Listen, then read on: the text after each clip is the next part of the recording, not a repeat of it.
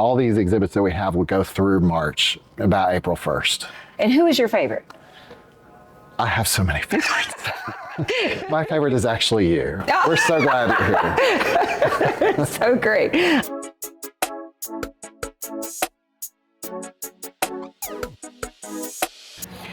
Thank you for joining us for another episode of Talk for 10. Today we're out here at the Arlington Museum of Art, and we have Chris Hightower, that's not only the CEO but also the president, and he has been so active in Arlington. So we just wanted to get with him and tell us, Chris, a little bit of background about you. You lived and raised, grown up in Arlington. Yep.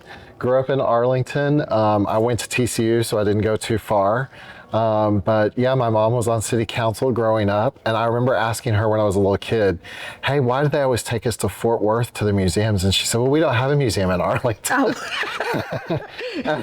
And even from a little bitty kid, I was like, oh no, we got to change that. So here I am, like 30, 40 years later. And so this is a new location that you have here. Right. How long have you guys been over here? Yeah, we've only been here not even a full year yet. We opened 2024, March 30th, so about 8 or 9 months. What makes it different about this location than you would go to Fort Worth or to Dallas? What makes it so unique to stay in Arlington? Yeah, so one of the great things we do have is we had about 5,500 square feet of gallery space at our old building.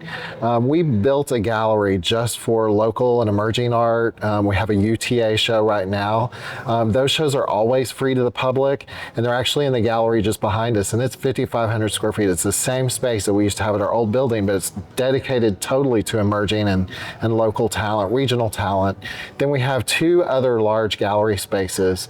One that is about 13,000 square feet. That's about the size of the Kimball's special exhibition space in the Renzo Piano. And then we have a 20,000 square foot immersive gallery. Wow. That's about the size of where the Van Gogh Immersive was in Dallas a couple years ago. Wow. So where do you guys get the art from? Yeah, so a variety of places. Okay.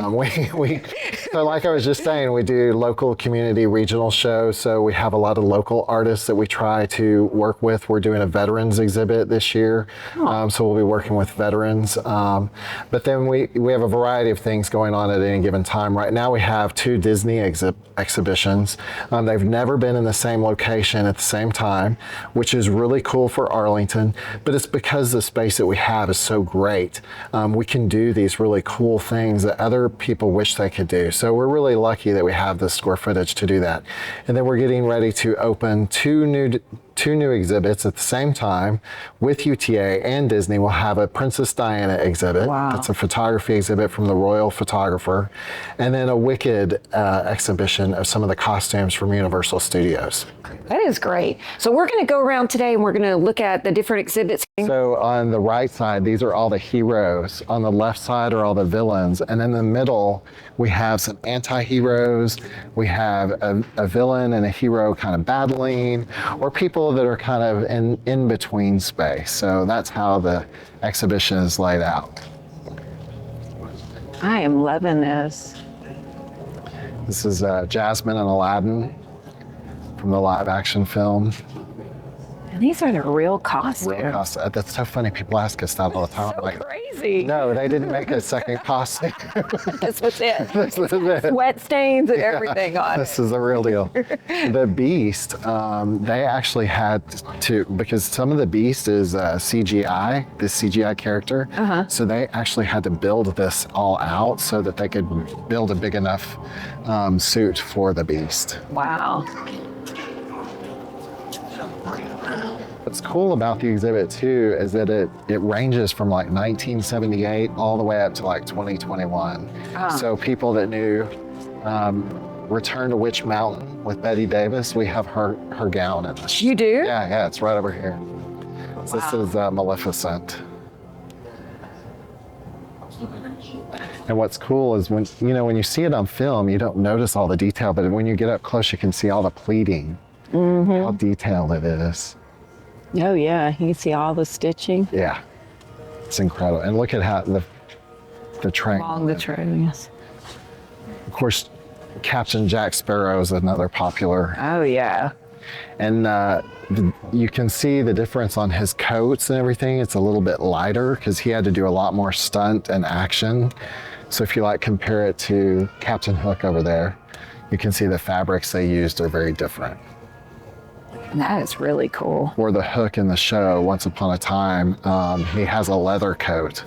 So of course Jack Sparrow couldn't have worn that. This is so great. And then who? This is Red Riding Hood and the wolf from Into the Woods. So not only does this exhibition have Disney, but it's also, Marvel, things from their TV shows. We have the ring from Deadpool. Really? It's a lot of fun. Yeah, so we'll walk over there in just a second.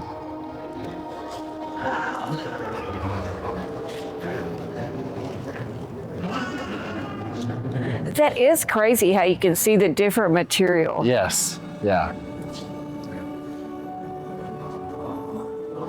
And the dissonant colors to show, that character is somebody that's probably not a sweet character necessarily. Lady Tremaine from Cinderella. And then we have Cinderella's workshop right around the corner. Oh, wow. And then the next room really talks about, Disney's very much into details. And when you're seeing a character on screen, you don't always notice all the bits and pieces, but the cufflinks, the rings, the pendants, the necklaces, the crowns, the tiaras, they all say something about the character. And so that's really what these last two rooms are all about, or all the pieces. I mentioned the ring from Deadpool. It's up there on the top right. It looks like candy, but they actually made it. Wow. And even the watches. So some of the important watches are like Dick Tracy from the Dick Tracy film. Oh, yeah. I didn't even think about those.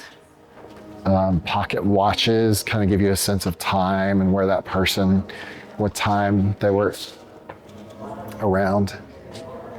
Well, look at this one. For those of us that are our age, Pretty Woman. Oh, yeah. Julia Roberts wore that. She had that. Yeah. So it's cool. It's not just Disney films. So it's all the films that are in their sphere. The Marvel ones. This watch that the Thing wears is really big, which is fun. That is fun. But one of my other favorites is the collar that Animal wears in the Muppets. Yeah. And then Black Panther, of course, is popular. Chewbacca wore this from Star Wars. I don't even remember that. So there's something for everybody in this exhibit. I mean, it really is. And so do you live in Arlington or are you guys traveling through? We just came here because I'm a I like clothes. Oh, really? So what was your favorite part? My favorite part was the clothes and especially the Once Upon a Time clothes. Okay. And was there anything that you looked online and you're like, I've got to see this? It was a must see when you got here. Yes, it was the Regina, Captain Hook, and the Cinderella from Once Upon a Time and the Cinderella from Into the Woods. Okay. So you really did look into it. Did you look at all the different jewelry and everything, the accessories that they Yes. had to it? Okay. And what would you tell somebody that's in town and they want to come out? What would you say was the best thing at all that they should come out and look at if they had to come here? Maybe the orientation of the clothes and how it was made. Okay. So do you guys live in Arlington, or was there something that was on your bucket list to come around and see, or what interested you to come here today? We're from San Antonio, so we're here for his birthday trip. So yeah. Okay. And then she saw this on TikTok and decided we'd make a stop here. Okay. So what would you say about the show? What was your favorite part? I love seeing the Princess Diaries dresses. Yeah. It was just like I grew up with that movie, so I completely fell in love with it, just seeing it live. Yeah. And you? I grew up with Pirates of the Caribbean. All the little props and stuff like that really brought me back when I first saw those movies in theaters.